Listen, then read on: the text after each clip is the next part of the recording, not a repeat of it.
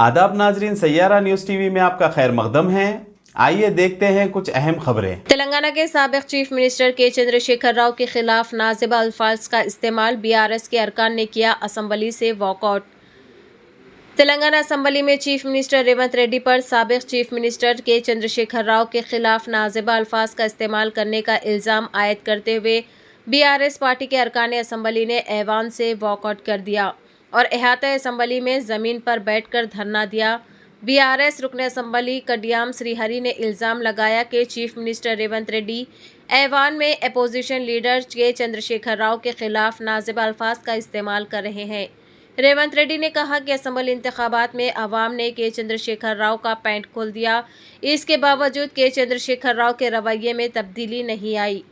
कडियाम श्रीहरि ने कहा कि यही नहीं बल्कि के चंद्रशेखर राव के खिलाफ इससे भी खतरनाक नाजिबा अल्फाज का इस्तेमाल किया जा रहा है, जिसके खिलाफ बतौर एहतजाज बीआरएस पार्टी के अरकान असम्बली ने ऐवान से वॉकआउट कर दिया।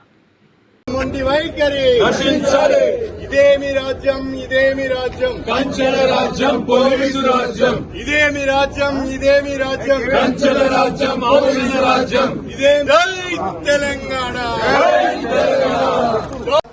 ఏం బీకనికి పోయినరని అడుగుతాడా అధ్యక్ష?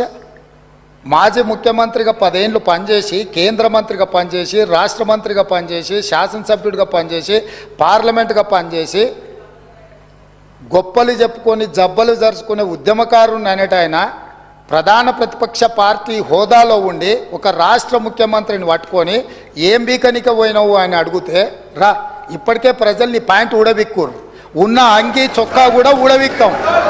ఇప్పటికే తెలంగాణ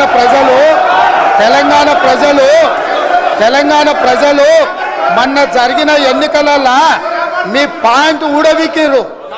ఇవాళ ఆ పాయింట్ ఊడవీకితే చెప్పుకునే దిక్కులేక బొక్కబోర్ల పడితే బొక్కలు ఇరిగినాయి మీకు. అయినా మీ బుద్ధి మారలేదు. ఒక ముఖ్యమంత్రిని పట్టుకొని ఏం బీకనిక పోయినావని అడుగుతారా అధ్యక్ష? ఇది పద్ధత? ఈ రాష్ట్రం 4 కోట్ల ప్రజలు ఓట్లేసి గెలిపించిన ముఖ్యమంత్రిని పట్టుకొని ఏం బీకనిక పోయినావని అంటారా అధ్యక్ష? ఇదేనా తెలంగాణ సాంప్రదాయము?